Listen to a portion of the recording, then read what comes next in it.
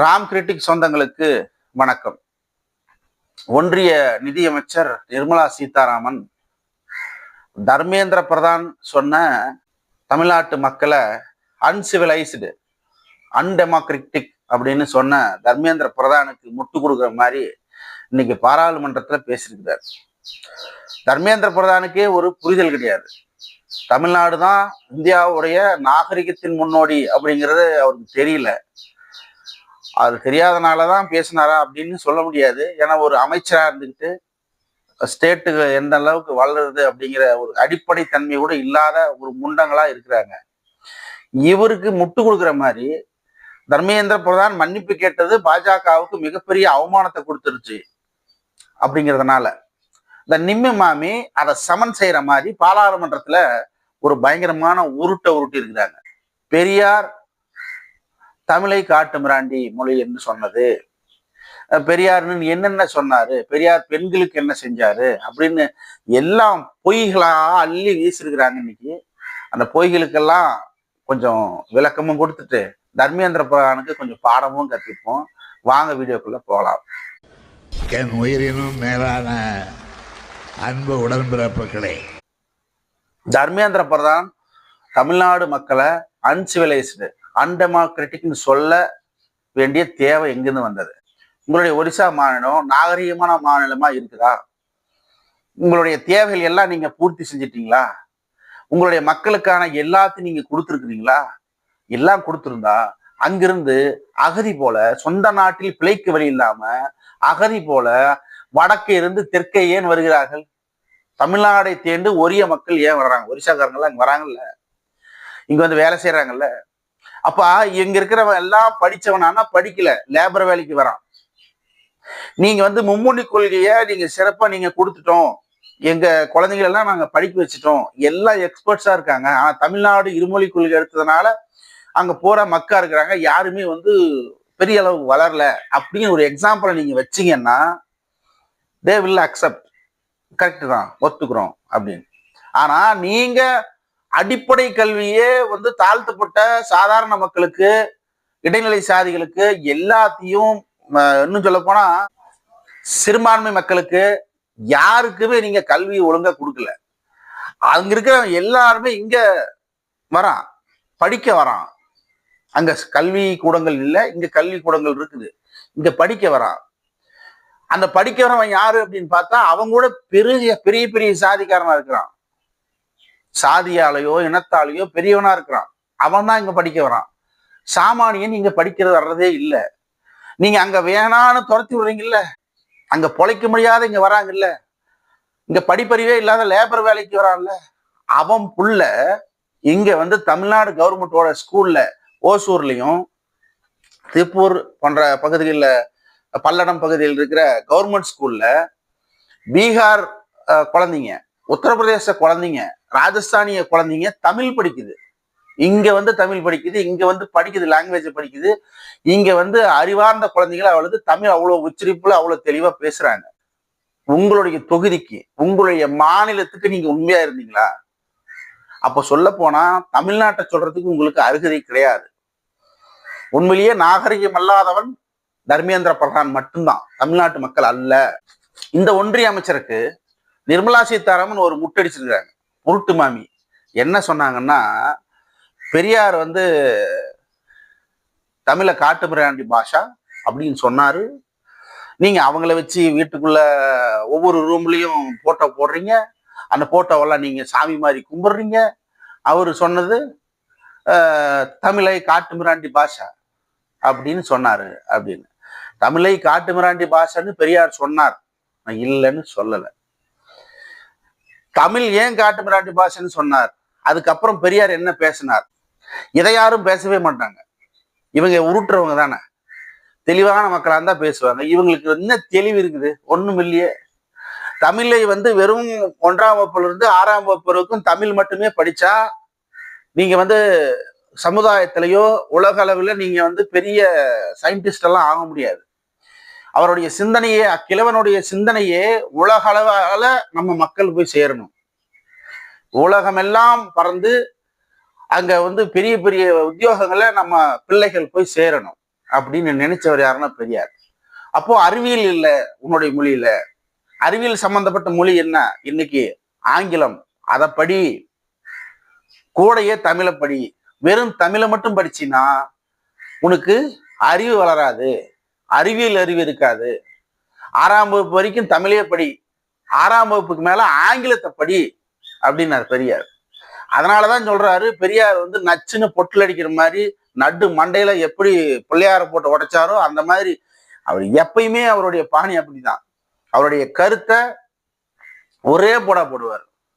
தமிழை காட்டு மிராண்டி பாஷை அப்படின்னா, ஆமா 4000 5000 ஆண்டுகளுக்கு முன்னாடி கல் தோன்றி மண் முன் தோன்றிய தமிழ் மொழி யாரோட மொழியா இருக்கும்? அப்ப இருக்கிறவன நவநாகரிகமாக இருந்தவனா இருப்பானா? இல்லையே, அவன் காட்டு மிராண்டியே தான் இருந்திருப்பான். அப்பயே காட்டு மிராண்டிகளாக பயன்படுத்தி விட்ட பாஷை தான் தமிழ் மொழி. அங்கிருந்துதான் நீங்க புலம்பெயர்ந்து இன்னைக்கு நாகரிகமான மொழியா வந்திருக்குது. இந்த நாகரிகமான மொழியா பெரியார் தான் மாற்றினார். இன்னைக்கு டெக்ஸ்ட் அனுப்புறோம்ல, ஹாய் செல்லம், எப்படிங்க செல்லம் இருக்கிறீங்கன்னு இந்த தமிழ்ல எல்லாம் டைப் பண்ணி அனுப்புறோம்ல, இதுக்கெல்லாம் இந்த எழுத்து சீர்திருத்தத்தை கொண்டு வந்தது யாரு? பெரியார். இந்த துணைக்கால், கொம்பு, ரெட்ட சொல்லி, ஒத்த சொல்லி, இது எல்லாமே வந்து பெரியார் தான் கொண்டு வந்தார். அப்போ தமிழுடைய மொத்த எழுத்துக்களுக்கும் தனித்தனி எழுத்துக்களா இருந்தது. அத்தனை எழுத்துக்களையும் ஒன்று சேர்ந்து நீங்க வந்து குவாட்ரி கீபேர்ல கொண்டு வரணும்னா முடியாது. இப்பவே தமிழ்ல டைப் பண்றவங்க நிறைய பேர் கஷ்டப்படுறாங்க. அப்படி இருந்தா என்ன நினைச்சு பாருங்க. அப்போ அறிவியல் மயமாக்கப்பட்ட தமிழ் மொழியா அந்த நவீன காலத்துக்கு தேவையாக அந்த தமிழ் மொழியை மாற்றி கொடுத்தவர் யாருன்னா பெரியார் தான்.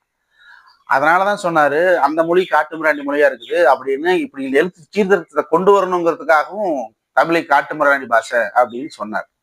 இந்த நிர்மலா சீதாராமனுக்கு பெரியாரை பத்தி எல்லாமே தெரியும். இந்த தற்குறிகள் எல்லாம் இன்னொன்னு சொல்றாங்க, திருக்குறளை மலம்னு சொன்னாரு அப்படின்னு. திருக்குறளை போய் வந்து பெரியார் வந்து மலம்னு சொன்னதுக்கு எங்கேயுமே இல்லை. விடுதலை பத்திரிகையில அவர் மொத்தத்தையும் பார்த்தாச்சு, அவர் பேசின குறிப்புகள் எல்லாத்திலையும் பார்த்தாச்சு. எங்கேயுமே திருக்குறளை மலம்னு சொல்லல, அதற்கான ஆதாரங்கள் எதுவுமே கிடையாது. அப்போ திருக்குறளை மலம்னே சொல்லாம அப்ப யார் எதை மலம்னு சொன்னாருன்னா ராமாயணத்தை தான் மலம்னு சொன்னார். பெரியாருக்குன்னு தனி பாணி இருக்குது. அவருடைய போர்படை தளபதிகள், அதாவது பேச்சாற்றல்ல தான் நம்ம பேசிதான் திராவிட கழகமே வளைஞ்சது. அப்போ அவங்களுடைய தளபதிகளுக்கு ஒவ்வொருவருக்கும் ஒவ்வொரு டைட்டில கொடுத்துருவார். இந்த டைட்டிலை பத்தி தான் நீ பேசணும், அதன் குறித்து நீங்க நிறைய ஆராய்ச்சி பண்ணி ஒவ்வொரு மேடையிலையும் புதுவிதமா பேசணும். ஒரே டைட்டில் தான். அப்போ பெரியாருக்கு எடுத்துக்கொண்ட டைட்டில் என்னன்னு பார்த்தா ராமாயணம். பெரியார் அதிகப்படியாக படித்தது, தன் ஓய்வு நேரத்துல அதிகமா வந்து புத்தகத்தை படிச்சது என்னன்னா அதிகப்படியா ராமாயணம். ஏன்னா ராமாயணத்துல தான் தன் மக்கள் ஒடுக்கப்படுவதற்கான சூட்சமுமே அதில் தான் இருக்குது. அந்த மூட நம்பிக்கையெல்லாம் அந்த ராமாயணத்துக்குள்ளதான் இருக்குது. அப்ப அதை படிச்சு அதை தெளிவுபட வேண்டிய கட்டாயம் இருக்குதுன்னு பெரியார் ராமாயணத்தை மலம்னார், திருக்குறளை சொல்லல. 4000 வருடம் பழமையான பாஷை, பழமையான நாகரிகம்னு சொல்றீங்க, ஆனா வந்து பெண்களுக்கு பாதுகாப்பு இல்லை. ஜெயலலிதாவுடைய சீலையை உருவுனீங்க நீங்க, அப்படியே எதுகை முனையோட ஜெயலலிதாவுடைய சீலையை உருவுனீங்க. சங்கரை கூப்பிட்டு படம் எடுக்கலாம் நம்ம நிமியமா வச்சு, பயங்கர ரியாக்ஷன்ஸ் எல்லாம் பயங்கரமா இருந்தது. இந்த ஜெயலலிதா அம்மாவை வந்து சட்டமன்றத்துக்குள்ள வச்சு சேலையை உருவுனாங்கன்னு சொன்னாங்கல்ல, அது வந்து மிகப்பெரிய பொய். அதற்கான ஆதாரங்களோ ஒன்றும் கிடையாது. ஒரு சபாநாயகர் எதிர்கட்சி தலைவரை புடவை உருவும் போது எதிராக இருந்த அந்த எம்பி யாரு உருவனாங்களோ அவங்க மேல நடவடிக்கை எடுத்துக்கணுமா இல்லையா? ஒரு நடவடிக்கையும் கிடையாது. ஜெயலலிதா சாதாரண ஆள் கிடையாது. அந்த அம்மாவுக்கு கோவம் வந்துச்சுன்னா என்ன வேணா ஆட்டம் ஆடும், உங்களுக்கு எல்லாத்துக்குமே தெரியும். அப்போ புடவை உருவன ஒருத்தனை சும்மா விடுமா? அப்போ அந்த அம்மா வந்து பல வருஷம் கழிச்சியாச்சும் அவங்க மேல அந்த வன்மத்தை கொண்டு போய் கக்கும். ஏன்னா அந்த அம்மாவுக்கு பொறுமை கிடையாது, அப்படியாப்பட்ட ஆள். அப்படிங்கும் போது அந்த அம்மா யார் மேலேயும் எதிர்வினையும் ஆற்றல. அப்ப என்னதான் நடந்துச்சு அந்த சட்டமன்றத்துக்குள்ள அப்படின்னா, இந்த அம்மாவே தன்னுடைய புடவையையும் முடியெல்லாம் பூரா கலைச்சி விட்டுக்கிட்டு பெரிய அரசியல் நகர்வை கொண்டு வந்தாங்க. பெண்களுக்கு வந்து அப்படிங்கிற மாதிரி கொண்டு போனா நம்ம அரசியல்ல ஜெயிச்சிடலாம் அப்படின்னு ஒரு தரங்கட்ட அரசியலை ஜெயலலிதா அன்னைக்கு வந்து மேற்கொண்டாங்க. இதுதான் அன்னைக்கு நடந்தது. இது நிம்மிமாவைக்கும் தெரியும். ஆனா எப்படி ஜெயலலிதா அவர்கள் வந்து இந்த சிலை உருவான விவகாரத்தை வச்சு ஜெயிச்சு திமுகவை ஜெயிச்சு வந்தாங்களோ, இல்லாத ஒரு விஷயத்த கற்பனையா கொண்டு போய் மக்கள்கிட்ட சேர்த்தாங்களோ, அதே பொய்ய இந்த நிம்மி மாமி அங்கிருந்து ஜெயலலிதா கிட்ட இருந்து சுட்டு இங்க நம்மளுக்கு பாராளுமன்றத்துல வச்சிருக்கு. ஜெயலலிதா பேரை சொல்றீங்க, ஜெயலலிதா அம்மாவை உருவுனாங்க அப்படின்னு. ஏன் சோ கால்டு 2 பேரும் பாப்பாத்தீங்க, சோ அதனால சொல்றீங்க, ரைட்டு. பெரியாரோட பேரு கடைசி வரைக்கும் சொல்லல. திராவிடர்களுக்கு முதன்மையானவர்னு சொல்றீங்க, தட் பர்சன் போயிட்டாங்க. பெரியாரை பத்தி பெரியாருங்கிற வார்த்தை நிம்மி மாமி வாயில வரவே இல்லை. அவ்வளவு பயம். இன்றைய நிதியமைச்சரை ஆட்டங்கான வச்சிருக்கிறார் பெரியார் அப்படிங்கும் போது மெய் சிலிர்க்குது. ஒரு மனுஷன் செத்து 50 வருஷம் கழிச்சு பாராளுமன்றம் வரைக்கும் அவருடைய பேரு, அவருடைய புகழ் போகுது. அந்த அளவுக்கு சங்கிகளை வச்சு செஞ்சிருக்கிறார் பெரியார். அதனால்தான் அலறாங்க. சரி, இந்த புதிய கல்விக் கொள்கை இதுதான் பிரச்சனை. அப்புறம் வந்து இந்த டீலிமிட்டேஷன் அப்படின்னு இதெல்லாம் வந்து பிரச்சனையா இன்னைக்கு ஓடிட்டு இருக்குது. புதிய கல்விக் கொள்கை ஒன்றிய அரசாங்கம் மட்டுமே முடிவெடுக்க வேண்டிய திட்டமா? கல்வியில் ஒன்றிய அரசாங்கம் என்ன சொன்னாலும் மாநிலங்கள் கேட்டுக்கொள்ளலாமா? கிடையவே கிடையாது. நமக்கான உரிமை அங்க இருக்குது. ஏன்னா இது வந்து பொதுப்பட்டியல் இருக்குது. கல்வி ஒன்றியமும் மாநிலமும் இணைந்து செயல்பட்டு ஒரு முடிவு எடுத்து அதை சட்டமாக்கி கொண்டு வரணும். இதுதான் வந்து ஒரு நியாயம். ஆனா இவங்க செய்யறதெல்லாம் பாசிச அரசியல செய்யறாங்க. எந்த மாநிலத்தையும் கூப்பிட்டு பேசுறது இல்லை. எந்த மாநிலத்தோட முதலமைச்சருக்கும் மரியாதை கொடுக்கறது இல்லை. அனைத்து முதலமைச்சர்கள் கூட்டம் நடத்தலாம், அதை பத்தி ஆலோசிக்கலாம். புதுசா வந்து கல்வியை கொண்டு வரணும், எப்படி கொண்டு வரலாம், எந்த மாநிலம் கல்வியில் சிறந்தவங்கிறது, அந்த இடத்துல என்ன இருக்குது, அந்த ஐடியாவை மற்ற இடத்துல எப்படி இம்ப்ளிமெண்ட் பண்றது, அதே மாதிரி மற்ற மக்களையும் கல்வியாளராக மாற்றுவதற்கு என்ன வழி அப்படிங்கிறத யோசிக்கணும். ஒன்றிய அரசாங்கம் அதை யோசிக்கவே இல்லை. அதுவும் இந்த கேடி அரசாங்கம் என்னைக்கு வந்ததோ அன்னையிலிருந்து குழந்தைங்களோட கல்வியில மட்டுமே கை வச்சு விளையாண்டுட்டு இருக்கிறாங்க. நீட்டு, இப்போ வந்து புதிய கல்விக் கொள்கை, யூனிவர்சிட்டி போய் கூட நம்ம படிக்க முடியாது. அது நேத்து சீஃப் மினிஸ்டர் நம்ம முத்துவேல் கருணாநிதி ஸ்டாலின் அவர்கள் பேசுனதை பார்த்தா இன்னும் நம்மளுக்கு மிகப்பெரிய அச்சத்தை கொடுக்குது. ஆர்ட்ஸ் காலேஜ் போய் சேர்றதுக்கு கூட என்ட்ரன்ஸ் எழுதி பாஸ் பண்ணணும். அப்போ அந்த என்ட்ரன்ஸ்ல தேசியமயமாக்கப்பட்ட என்ட்ரன்ஸா இருக்கும். கல்வி என்பது பொதுப்பட்டியல் இருக்குது. ஒன்றியமும் மாநிலமும் சேர்த்து செயல்பட வேண்டும். கல்வி மாற்றணும், ஒரு மாநிலத்துக்கான கல்வியை ஏதாவது மாற்றணும்னா அந்த மாநிலத்தோட உரிமையை கேட்கணும். கேட்டீங்களா? இது வரைக்கும் ஏதாவது கேட்டீங்களா? ஒன்றும் கிடையாது. எந்த ஒரு வார்த்தையும் கேட்காத, எதையுமே கேட்காத இவங்க பாட்டுக்கு தடாலடியா எல்லாத்தையும் மாத்து, கல்வியை மாத்து. அதுவும் இந்த கேடி அரசாங்கம் வந்ததுல இருந்து ஒட்டுமொத்த இந்தியாவில் இருக்கிற மொத்த கல்வி திட்டங்களையும் சீர்குலைக்கிற வேலையை செஞ்சுக்கிட்டே வருது. நம்ம பிள்ளைங்களால டாக்டர் ஆக முடியல. கடந்த 15 வருஷமா ரொம்ப கஷ்டப்படுறாங்க. ஏகப்பட்ட பேர் வந்து நீட்டு பாஸ் பண்ண முடியாத மருத்துவ கனவுல இருந்து இப்ப அனிதா வரை எல்லாம் போற இறக்குறாங்க. இதுக்கு எல்லாத்துக்கும் காரணம் இந்த கேடி அரசாங்கம் தான். இப்போ இந்த மோடியோட அமைச்சரவை அங்க தொட்டு இங்க தொட்டு தமிழ்நாட்டுடைய தமிழுக்கே ஒரு பங்கம் விளைவிக்கிற மாதிரி மீண்டும் இந்தியை தமிழ்நாட்டுக்குள்ள கொண்டு வர பார்க்குது. உலக வரலாற்றிலேயே இதுவரை யாரும் மொழிக்காக உயிர் தியாகம் செய்தவர்கள் யாரும் கிடையாது. தமிழ்நாட்டில் மட்டும்தான், தமிழுக்காக மட்டும்தான், தமிழுக்காக உயிர் நீத்தவர்கள் மட்டும்தான். அதே மாதிரி மொழிப்போர் தியாகிகள் அப்படின்னு யாரும் கிடையாது, தமிழுக்கு மட்டும்தான். இப்போ நீங்க வந்து தமிழ்நாட்டுடைய சென்சிட்டிவான விஷயத்தை தொற்றுக்கிறாங்க. 1965 எந்த அளவுக்கு போராட்டம் நடந்துச்சோ அதை விட பன்மடங்கு போராட்டம் 2025 நடக்குமோ அப்படிங்கிற அச்சம் நம்மளுக்கு எழுது. ஏன்னா தமிழுக்காக என் உயிரையும் கொடுப்பேன், மன்னிப்பு கேட்டு தான் வாழணும், இந்திக்காக மன்னிப்பு கேட்கணும் அப்படின்னா இந்த உயிர் மயிருக்கு சமானம்னு எழுதி கொடுத்த தாளமுத்தும் நடராசனும் இன்னைக்கு நம்ம நினைவு கூற வேண்டியது இருக்குது. யாதும் ஊரே யாவலும் கேளீர் 4000 வருஷத்துக்கு முன்னாடி கணியன் பூங்குன்றனார் எழுதினார். எதுக்கு? உலகமயமாக்குவதை பத்தி. அன்னைக்கு உலகெங்கிலும் பயணம் செஞ்சு அங்க நம்ம எல்லாமே நம்ம ஊர் தான், நம்ம எல்லா இடத்துக்கும் பயணம் பண்ணணும் அப்படின்னு அன்னைக்கே பாரதிதாசன் வந்து இன்னைக்கு உயிரோடு இல்லை. பாரதிதாசன் அப்பயே சொல்லிட்டாரு, இந்திக்கு தமிழ்நாட்டில் ஆதிக்கமாம், நீங்கள் எல்லோரும் வாருங்கள் நாட்டினரே, செந்தமிழுக்கு தீங்கு வந்த பின்பும் இந்த தேகம் இருந்தோர் லாபம் உண்டோ, விந்தை தமிழ் மொழி எங்கள் மொழி, அது வீர தமிழ் மக்கள் ஆவி என்போம், இந்திக்கு சலுகை தந்திடுவார், அந்த ஈயனரை காரி உமிழ்ந்துடுவோம்னார். இப்படி தமிழுக்காக பேசுவதற்கு இங்க புலவர்களோ, பாடுவதற்கு பேசுவதற்கு போராளிகளோ எல்லாம் மறைஞ்சிட்டாங்க. இப்ப நாங்கெல்லாம் அந்த அளவுக்கு பொறுமை காத்திருப்போம்லாம் சொல்ல முடியாது. எங்களுக்கெல்லாம் அவ்வளவு பொறுமை இருக்குன்னு சொல்ல முடியாது. சோ கொஞ்சம் யோசிச்சு பேசுங்க தர்மேந்திர பிரதான். நாகரிகத்தை பத்தி நீங்க கிளாஸ் எடுக்க வந்துட்டீங்க. உலகத்தோடைய வரலாற்றையே தமிழ்நாடு இன்னைக்கு புரட்டி போட்டுருக்குது. அது இந்த திராவிட மாடல் அரசாங்கம், முத்துவேல் கருணாநிதி ஸ்டாலின் அவர்களுடைய சாதனை.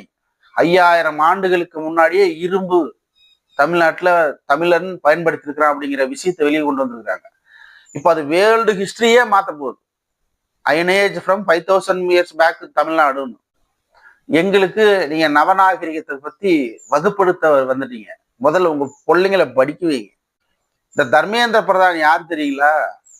போன நாடாளுமன்ற தேர்தலில் ஒரிசாவில் PK பாண்டியன், தமிழ்நாட்டுக்காரர், IAS அதிகாரியா ஒரிசாவில் வேலை செஞ்சவர். அந்த ஒரிசாவில் வேலை செஞ்ச PK பாண்டியனை எப்படியாச்சும் தோக்கடிக்கணும், அதாவது நவீன் பட்நாயக் அரசை வந்து தோக்கடிக்கணும் அப்படிங்கிறதுனால இவர் வகுத்து கொடுத்த ஒரு ஸ்ட்ராட்டஜி தான் பூரி ஜெகநாதர் கோயிலுடைய நிலவரை சாவி வந்து தமிழர்கள் திருடிட்டு போயிட்டாங்க, தமிழ்நாட்டில் இருக்குது, தமிழ்நாட்டையும் ஒரிசாவையும் ஜாயின் பண்றாரு. எதற்காக? PK பாண்டியன் நவீன் பட்நாயக்கு கூடயே இருக்காரு. அவர் வந்து அரசியல்ல வந்து இறங்கிட்டாரு. ஏன்னா அவர் IASல இருந்து வெளியே வந்துட்டார், ரிசைன்மெண்ட் வெளியே வந்து நவீன் பட்நாயக் கூடயே PK பாண்டியன் இருக்கிறாரு. அவர் கல்யாணமும் அங்கேயே பண்ணிட்டார். அவர் அந்த அந்த மாநிலத்தோடைய மருமகனாகவும் போயிட்டார். அப்போ அவரை வந்து PK பாண்டியனை வந்து வளர விடக்கூடாது, ஒரு தமிழனாக இருக்கிறதுனால வளரக்கூடாது அப்படிங்கிற ஒரு வன்மமிக்க மனிதன் என்று தர்மேந்திர பிரதான். இவர் தான் வந்து தமிழர்கள் அன்னைக்கு திருடர் பட்டம் கட்டினவர். தமிழ்நாட்டில் வந்து இந்த சாவி இருக்குது அப்படின்னு சொன்னாங்க. ஜெயிச்சு வைட்டு நாங்கள் வந்து விசாரணை கமிஷன் வைக்கிறோம் அப்படின்னு சொன்னாங்க. இதே அமித்ஷாவும் அதே விவகாரத்தை பேசினாரு. ஏன் நரேந்திர மோடியும் அதே பேசினாரு. இப்ப எத்தனையும் பேசியும் இவங்க ஜெயிச்சியும் இப்ப தமிழர்களை திருடர்கள் ஆக்கிட்டீங்களா? நீங்க வந்து உண்மையிலேயே பூரி ஜெகநாதர் கோயிலுடைய அந்த அரை சாவியை வந்து தமிழ்நாட்டில் இருக்குது நீங்க கண்டுபிடிச்சிங்களா? இப்ப நான் கேட்கிற நிர்மலா சீதாராமனை, இட்ஸ் த நாகரிகம் மிஸ்டர் உருட்டு மாமி, சொல்லுங்க. கடந்த 4 ஆண்டு காலத்துல எவ்வளவு மழை வெள்ளம் தமிழ்நாடு முழுக்க பல மாவட்டங்கள்ல மழை வெள்ளம்னா சென்னை தான் அதிகமா வரும். ஆனா இந்த வாட்டி தமிழ்நாடு முழுக்க நிறைய மாவட்டங்கள்ல நிறைய பேர் இறந்துருக்காங்க. நம்ம அரசு கேக்குது, பணத்தை கொடுங்க, எங்களுக்கு வந்து நிதியை கொடுங்க, நாங்க வந்து நிவாரணத்தை வழங்கணும், மக்களுக்கான நிவாரணத்தை வழங்கணும்னு கேக்குது. நீ கொடுத்தீங்களா? ஒரு நாகரிகமற்ற செயலை நீங்க செஞ்சீங்கல்ல. நீங்க தமிழ்நாட்டுக்கு வந்து என்ன சொன்னீங்க? பாப்பான் தட்டுல காசு போடுங்க, உண்டியல்ல காசு போடாதீங்கன்னு ஒரு புதுவிதமான ஒரு திட்டத்தை சொல்லிட்டு போனீங்க. அதை தவிர நீங்க வேற என்ன செஞ்சீங்க? மக்களை போய் சந்திச்சீங்களா? முதல்ல மக்களை சந்திச்சு வாக்கு வாங்கி இருந்தாதான் மக்களை சந்திக்க தைரியம் வரும். இந்த பாப்பாத்தி மாமி பாப்பாத்தி என்பதற்காகவே நிதி அமைச்சரா உட்கார வச்சிருக்கிறாங்க. இவங்களுக்கு இன்னொரு உதாரணம் சொல்றேன். இந்த ராஜாஜி இருக்கிறாப்புல, ராஜகோபால ஆச்சாரி, இந்த ராஜகோபால ஆச்சாரியும் அப்படித்தான். தமிழ்நாட்டோட முதல்வரா ராஜகோபாலாச்சாரி வராரு. வந்தவர் எந்த தொகையில் நின்று ஜெயிச்சார்? எவனையாச்சும் சொல்ல பாக்கலாம். எங்கேயுமே நின்று அவர் ஜெயிக்கல. ஒத்த பைசா செலவு பண்ணல, அலையல, எவனையும் போய் சூத்திரனை போய் சந்திக்கல. இவங்கெல்லாம் ஏன் நிக்க மாட்டேங்கிறாங்கன்னா, சூத்திரனை போய் கையெடுத்து கும்பிடணும் ஓட்டு போடுங்கன்னு. நான் என்னத்துக்கு சூத்திரனை கும்பிடணும்? என்னால தானாவே பதவி வாங்க முடியும்னு திமிரு பிடிச்சவங்க இவங்க. நம்மளை சந்திச்சே ஓட்டு வாங்காமையே CM ஆன ஆள் யாருன்னா ராஜகோபாலாச்சாரி. அடுத்தது நிர்மலா சீதாராமன். பாஜகக்காரங்க நாகரிகத்தை தமிழ்நாட்டுக்கு சொல்லி கொடுக்குறாங்க. பிரிஜ்பூஷன் சிங் இருக்காருல்ல, அவருடைய செயல்பாடுகளை பத்தி பேசுவோமா? மல்யுத்த வீராங்கனைகளுக்கு பாலியல் தொல்லை கொடுத்தார். அந்த வீராங்கனைகள் வந்து ரோட்ல இறங்கி மாசக்கணக்கில் போராடினாங்க. அதுக்கு ஏதாவது ஒரு வகையில செவிச்சாச்சுங்களா? அது மேல அவர் மேல நடவடிக்கை எடுத்தீங்களா? இல்லையே. மாறா அடுத்த பாராளுமன்ற தேர்தலில் அவனோட மகனுக்கும் சேர்த்து சீட்டு கொடுத்தீங்களே. அப்ப என்ன சொல்ல வருது? நீங்க வந்து மல்யுத்த வீராங்கனையா வரணும் அப்படின்னா பிரிஜ்பூஷன் சரண் சிங் கிட்ட படுத்தாதான் வர முடியும். யார் சொன்னது? செயல்பாட்டுல நீங்க சொல்லியிருக்கீங்க. அவருக்கு எந்த ஒரு தண்டனையும் கொடுக்கல, அதற்காக எந்த ஒரு நடவடிக்கையும் எடுக்கல. அப்புறம் எடுக்கல, மக்கள் போராடினதுக்கு நீங்க செவி சாய்க்கல அப்படின்னா மக்கள் கருத்துக்கு எதிராக நீங்க செயல்படுறீங்கன்னு தான் அர்த்தம். அப்ப உங்களுடைய நோக்கம் என்ன? பெண்களா இருந்தா எங்களுடைய அமைச்சர்கள்ட்ட படுக்கணும், இதான் உங்களோட நோக்கணும். அந்த பெண், அந்த வீனேஷ் போகாத் அப்படிங்கிற பொண்ணு ஒலிம்பிக்ல, பாரிஸ் ஒலிம்பிக்ல ஒரு போட்டியில கலந்துக்க போகுது. அந்த பொண்ணோட எடை பிரிவு, அந்த பொண்ணு அதில் தான் கம்ஃபர்டபுள். ஆனா அதுல வேற ஒருத்தரை உட்கார வச்சு, அந்த எடைப்பிரிவுக்கு நீ செட்டா மாட்ட, இவங்க தான் வருவாங்கன்னு உட்கார வச்சு, இவங்களை அதுல இருந்து ஒரு 5 கிலோ குறைச்சு நீ போய் கலந்துக்கோ அப்படின்னு சொல்லி, அதனால அவங்க பட்ட கஷ்டம். ஹாஸ்பிட்டல் வரைக்கும் போனாங்க. கடைசியா பார்த்துட்டு உங்க உங்க சங்காத்தமே வேண்டாம் அப்படின்னு சொல்லிட்டு தூக்கி எறிஞ்சிட்டு வெளியே வந்துட்டாங்க. நான் மல்யுத்தமே இனிமே செய்ய போவதே கிடையாது அப்படின்னு வெளியே வந்துட்டாங்க. அப்போ உங்களால ஒரு பெண் சுதந்திரமாக விளையாட கூட முடியல. இஸ் தட் நாகரிகம் மிஸ்டர் உருட்டுமாமி? மணிப்பூர் கலவரம், அந்த மொத்த கலவரத்துக்கும் காரணம் பாஜக தான். அன்றைய அரசாங்கம், மணிப்பூரை ஆட்சி செய்த பாஜக அரசாங்கம். அவங்க தான் வந்து அந்த பழங்குடி மக்களுடைய வாழ்வாதாரத்தை அவங்க வந்து கிறிஸ்தவர்களா அதிகப்படியா கிறிஸ்தவர்களா இருக்கிறாங்க. அங்க இருக்கிற தேவாலயங்கள்லாம் இடுக்கி சொன்னது, அங்க இருக்கிற பெண்களை எல்லாம் சூறையாடியது, அம்மனமாக்கி நடுரோட்ல எடுத்துட்டு வந்தது. அதை வந்து சிஎம் வந்து இது 1-2 மட்டும் இல்ல, இது சும்மா 1-2 தான், ஆனா இது எத்தனையோ இருக்குது இந்த மாதிரி அப்படின்னு அர்த்தம். நம்மளுக்கு தெரிஞ்சது 2 தான். நாடு தெரிஞ்சுக்கிட்டது 2 பெண்களை பற்றி தான். அவர்களை தான் வந்து நிர்வாணமாக்கப்பட்டு நிறுத்தப்பட்டு நாம பார்த்தோம், வீடியோ எல்லாம் வைரல் ஆச்சு. ஆனா அந்த மாதிரி பல நடந்திருக்குது. அப்படின்னா என்ன அர்த்தம்? அந்த இன மக்களுடைய பெண்கள் எல்லாத்தையும் வந்து கற்பழிச்சு அந்த இனத்தையே முடிக்கிற வேலையை பாஜக அரசாங்கம் செஞ்சது. காரணம், அவங்க கிட்ட இருக்கிறது ஒரே ஒரு எம்பி. அவங்களால பிரதம மந்திரியை தேர்ந்தெடுப்பதற்கு அதிக பங்கு கொடுக்க முடியாததுதான் காரணம். மணிப்பூர் இல்லைன்னா என்னடா பிரச்சனை, அவன் அடிச்சுக்கிட்டு செத்த எனக்கு என்ன பிரச்சனை அப்படிங்கிற மாதிரி அப்படியே கூலா ஹேண்டில் பண்ணாங்க. அதை பத்தி இன்னுமே அவங்க கண்டுக்கவே இல்லை. ஒரே ஒரு எம்பி சீட், அது போய் நாடாளுமன்றத்துல பிரதமருடைய தலையெழுத்தை மாத்துமா?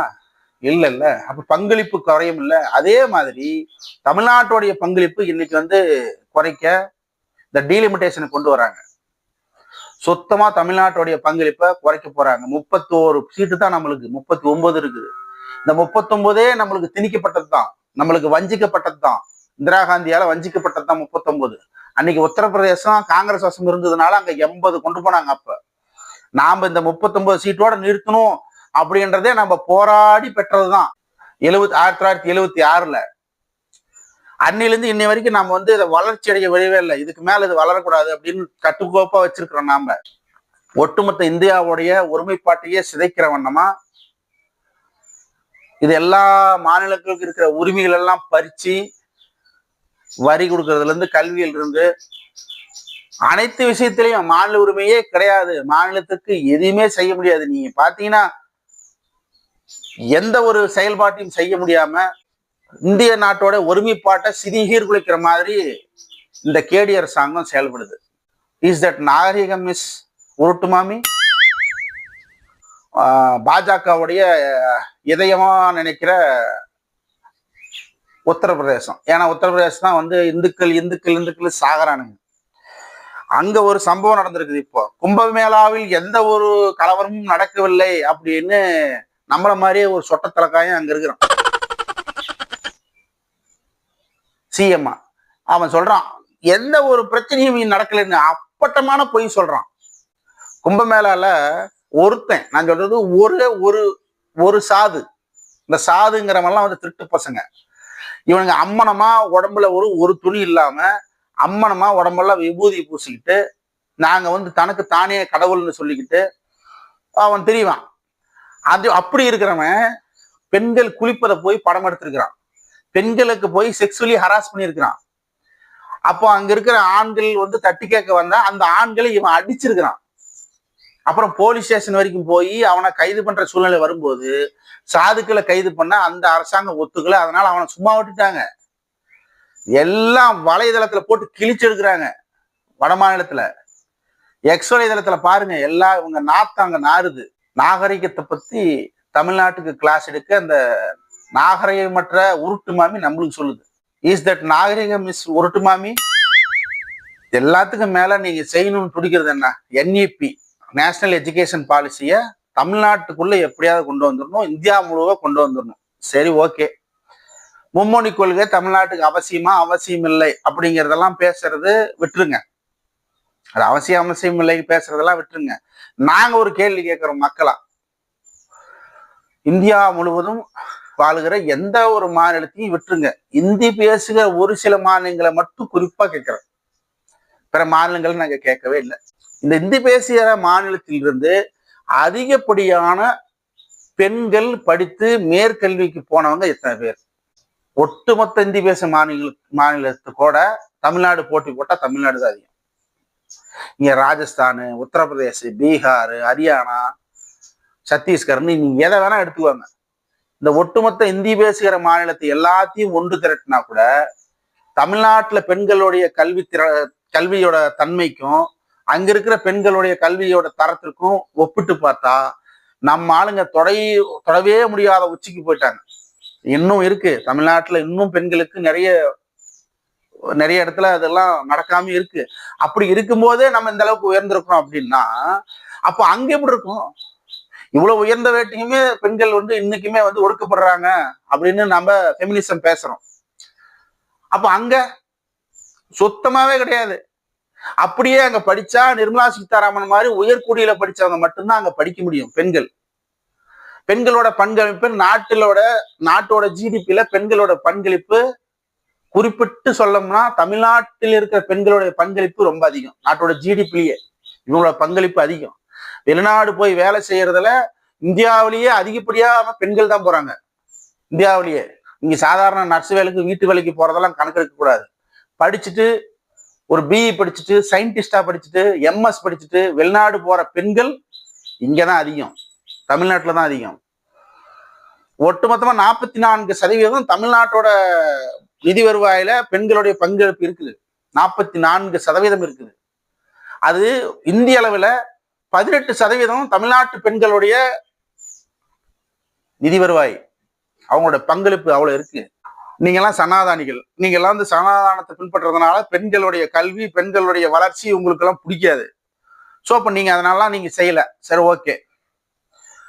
உங்களுடைய அமைச்சரவை இருக்குல்ல, இந்த கேடி அரசாங்கத்துடைய அமைச்சரவை இருக்குது இல்ல, இந்த அமைச்சரவையில அந்த இந்தி பெல்ட்ல இருக்கிற அந்த மாட்டு மூத்திரம் குடிக்கக்கூடிய அந்த குறிப்பிட்ட மாநிலத்தில் இருக்கிற அமைச்சரவை இருக்குல்ல, அதுல எத்தனை பெண்கள் உங்களுடைய அமைச்சரவையில பெண்களா இருக்கிறாங்க? உடனே நிர்மலா சீதாராமன் எடுத்துக்கூடாது. அந்த அம்மா தமிழ்நாட்டுல இருந்து வந்து படிச்சுட்டு போய் அங்க ஆட்டம் கட்டிட்டு இருக்குது, அதை விட்டுருங்க. அதுக்கு சம்பந்தமே இல்லாத ஆளு நம்ம.